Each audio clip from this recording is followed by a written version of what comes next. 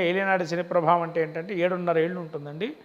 జన్మరాశి నుంచి 12వ స్థానము, 1వ స్థానము, 2వ స్థానం ఈ 3 రాసుల్లో సంచారాన్ని ప్రతి 30 సంవత్సరాలకు ఒకసారి తిరుగుతూ ఉంటాడు.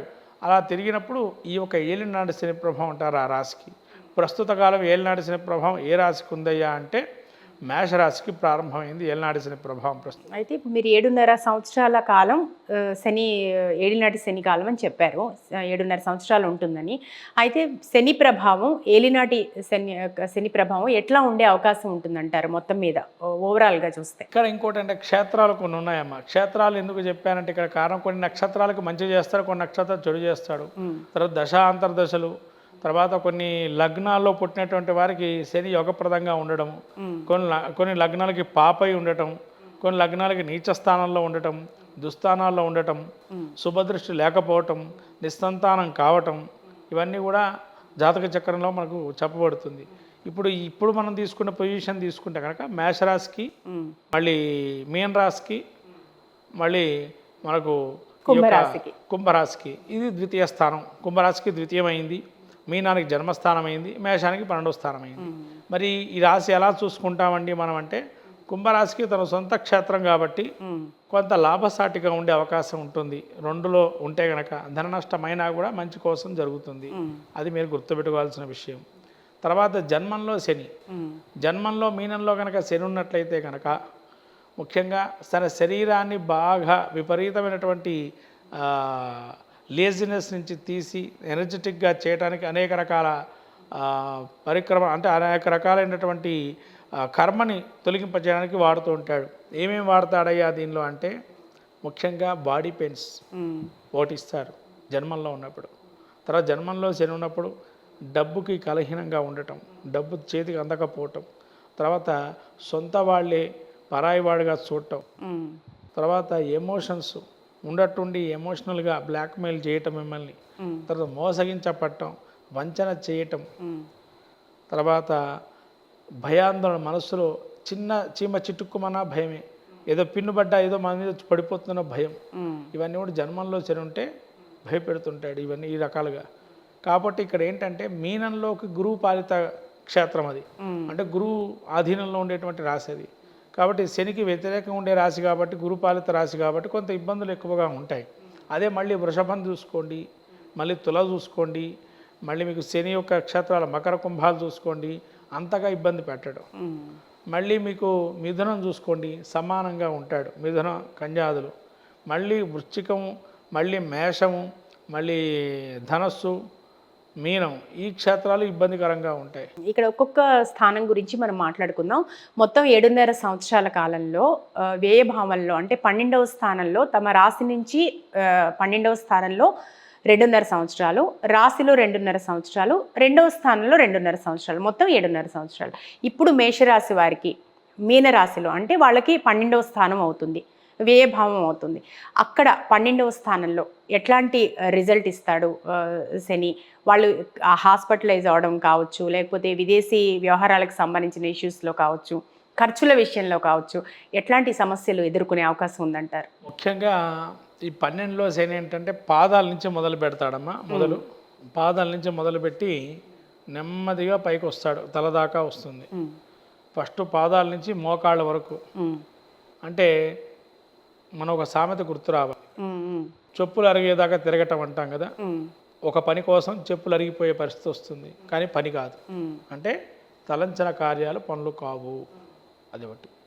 రెండవది ఉన్నట్టుండి అనేక తలనొప్పులు రావటం మీద, ఏది చేయకపోయినా అన్నీ ఈడి మీదనే పడటం, అదొకటి. తర్వాత అనారోగ్యం, ఎప్పటి నుంచో అనారోగ్యం ఉండొచ్చు, సమయానికి కరెక్ట్గా అదే ఇప్పుడే పడటం, మీద పడటం, భయం, ఏదో జరిగిపోతుందో, నాకేదో నష్టమైపోతుందో ఒక భయం ఉంటుంది లోపల మనస్సులో.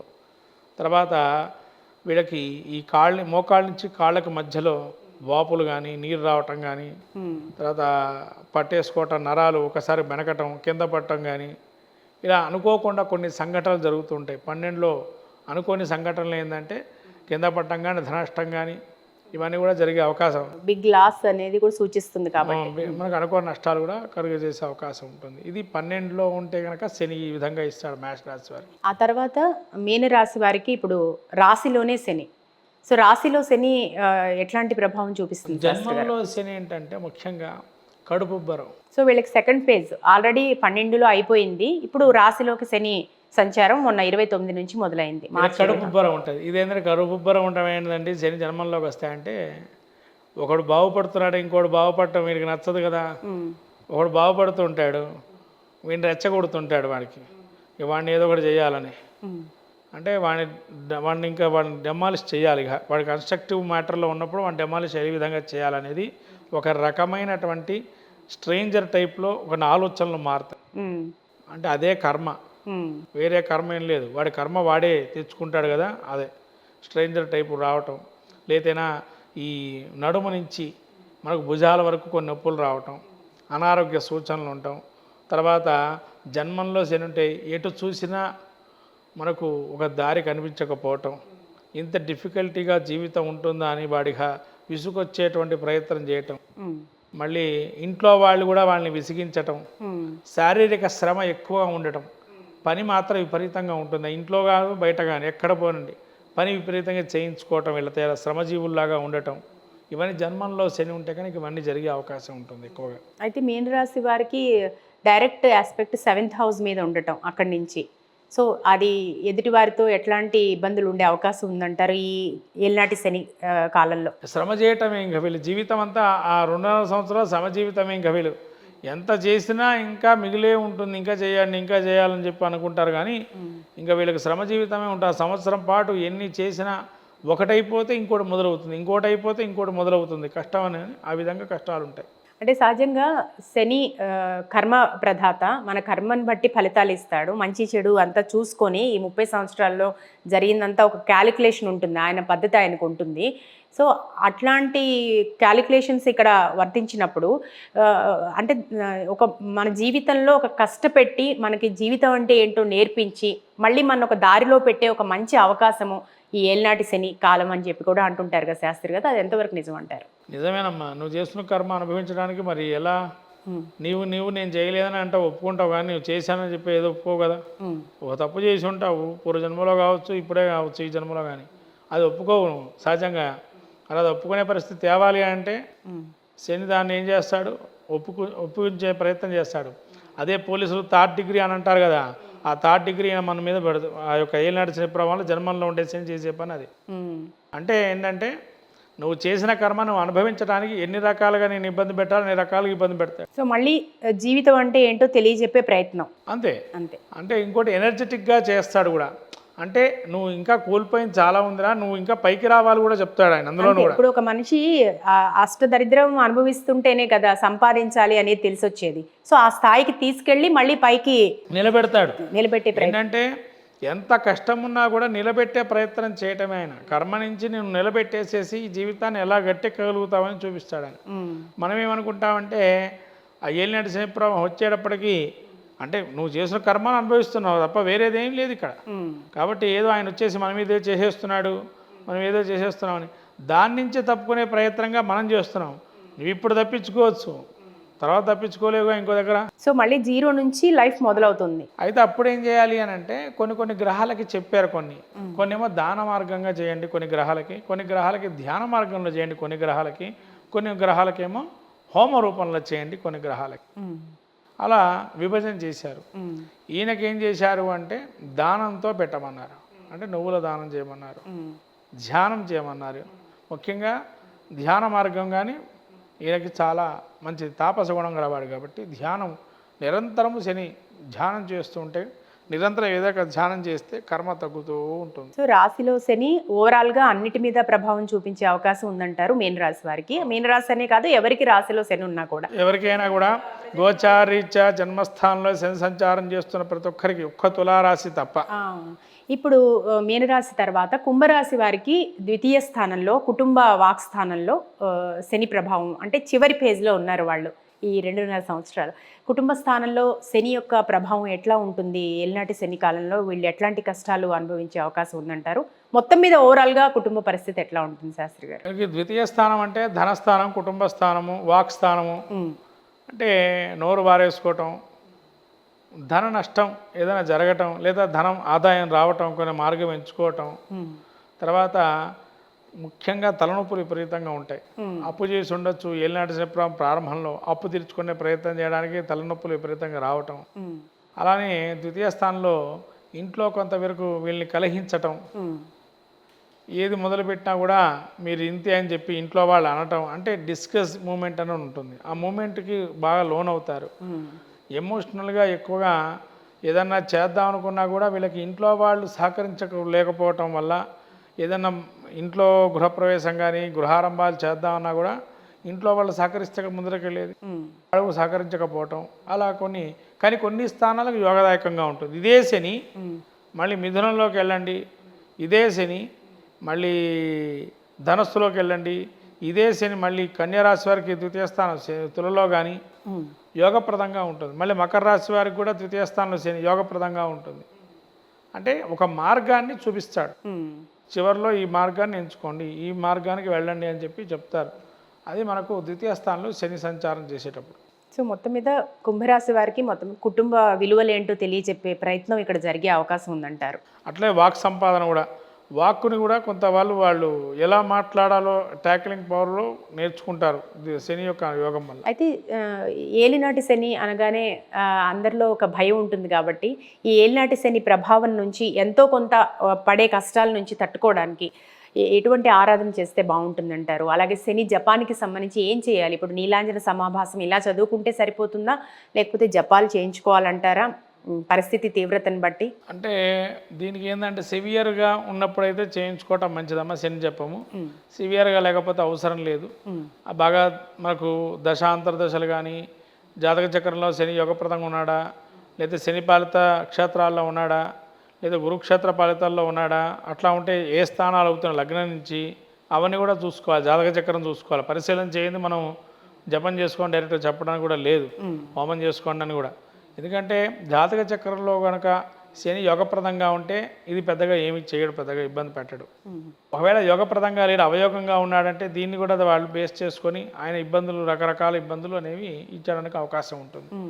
తర్వాత మీరు శని దానం చేసినా, నువ్వులు దానం చేసినా, నువ్వులు ఉండలు కలిపి ఎవరికైనా దానం చేసినా, ప్రదోషకాలంలో అభిషేకం చేసిన శివుడికి, విష్ణు సహస్రనామం నిత్యం వింటున్నా, సేవకులు అంటే మన ఇంట్లో పనిచేసేటువంటి వారికి మనకి ఏదైనా యథోక్తంగా ఏదైనా ఇవ్వటం కానీ, లేదా మీకు మీరే ఒక గుడికి వెళ్తే మొత్తం శుభ్రంగా పెట్టడం కానీ, ఇలాంటి చేయటం వల్ల, లేదా బీద వాళ్ళకి సహాయం చేయటం వల్ల, ఎవరికైనా డబ్బు కానీ వాళ్ళకి ఏది కావాల్సి అది ఇస్తే కనుక శని అనుగ్రహం పరిపూర్ణంగా వాళ్ళ మీద ఉంటుంది. ఈ రకంగా చేస్తే కనుక శని అనుగ్రహిస్తాడు. అట్లనే శని జపం చేసుకోవాలనుకున్నా అఘోర పాశుపత హోమం చేసుకోవచ్చు. ఇలా రకరకాలైనటువంటి పరిహార ప్రక్రియలు ఉన్నాయి. పరిహార ప్రక్రియలతో పాటు ఇవి కూడా దాన ధర్మాలు ఎవరికైతే మన ఇంట్లో వాళ్ళకి పేదవాళ్ళకి చేస్తే కనుక మంచి ఫలితాలు ఉంటాయి. ఇక దేవతారాధన విషయానికి వస్తే ఏలినాటి శని ప్రభావం నుంచి బయటపడటానికి శివారాధన, మహన్యాస పూర్వక ఏకాదశ రుద్రాభిషేకం ఇవన్నీ కూడా బాగా పనిచేస్తాయని చెప్తారు కదా, ఇందులో ఎట్లాంటివి పూజ చేసుకుంటే బాగుంటుంది? అఘోర పాశుపత అభిషేకం అమ్మ, అఘోర పాశుపత మంత్రం ఉంటుంది, అఘోర మంత్రం ఉంటుంది, ఆ మంత్రంతో చేసుకోవచ్చు.